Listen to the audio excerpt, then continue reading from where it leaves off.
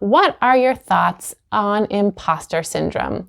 Do you find that when people are actually moving towards outward places that are more aligned, like an artist starting to create, that more anxiety will kick up? This is a great question.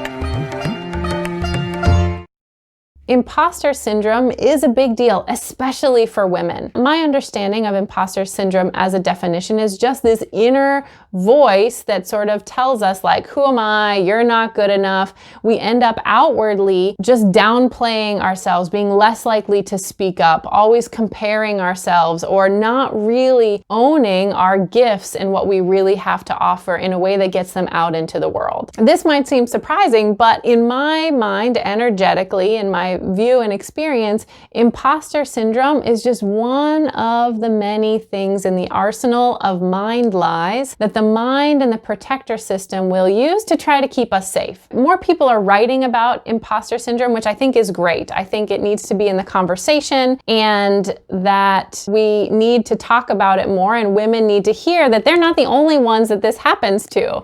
But at the same time, I don't want us to elevate imposter syndrome to a huge syndrome of something that needs like medicated and is different from any other way that we really believe the stories of the mind and keep ourselves small. In terms of your question of like, does it tend to come out more when people are starting to move towards a more aligned place?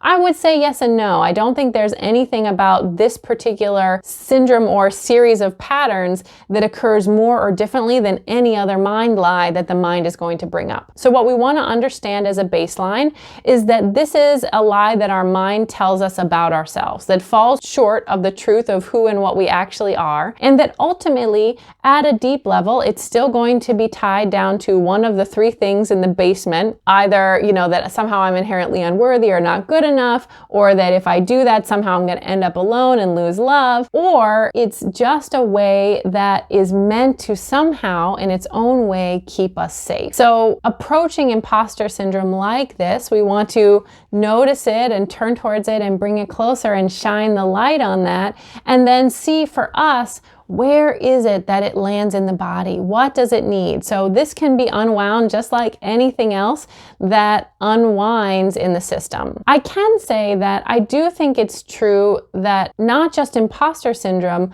but whatever our heart, our soul's desire is really yearning for is the place where we're going to bump up against more mind lies and protector system overprotection barbed wiring, just because that seems to be the way that it works. So in that way, you really are correct. It happens when we are in alignment with something. The same way is that when we are most triggered by something, it's usually because it has something for us. In my experience, even just in myself, imposter syndrome works like that. I remember many years ago, I walked into a networking event. I've told this story, I think, before of I was still doing mostly acupuncture, feeling like, oh, I really wanted to be doing more of the mind-body stuff. And it was coming into my acupuncture, but I felt afraid to actually like say it to people out loud that like, hey, this is overtly spiritual. I was still sort of like, oh yeah, it's kind of medical. And then I just kind of sneak the spiritual stuff in backwards. So people were sometimes surprised. And I was going to a networking meeting and I was on the elevator with a woman. We both realize we're going to the same networking meeting, and I say, hey, what do you do? And she said, oh, I help people with their spiritual lives and I'm a speaker. And I had this immediate like, kind of like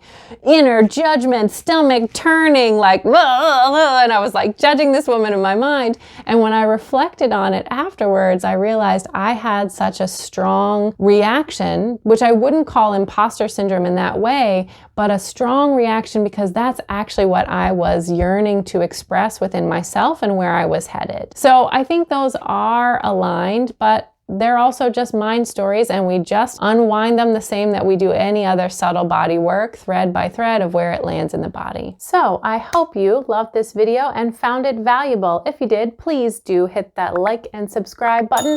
That helps us send out our message to as many people as possible. I am on a mission to help empaths, healers, and highly sensitive people release the trauma trapped in their body without decades more of therapy so that you really can live your life on purpose with true confidence. You are a soul with a body and you deserve great things. Thanks so much for watching, and I'll see you next time.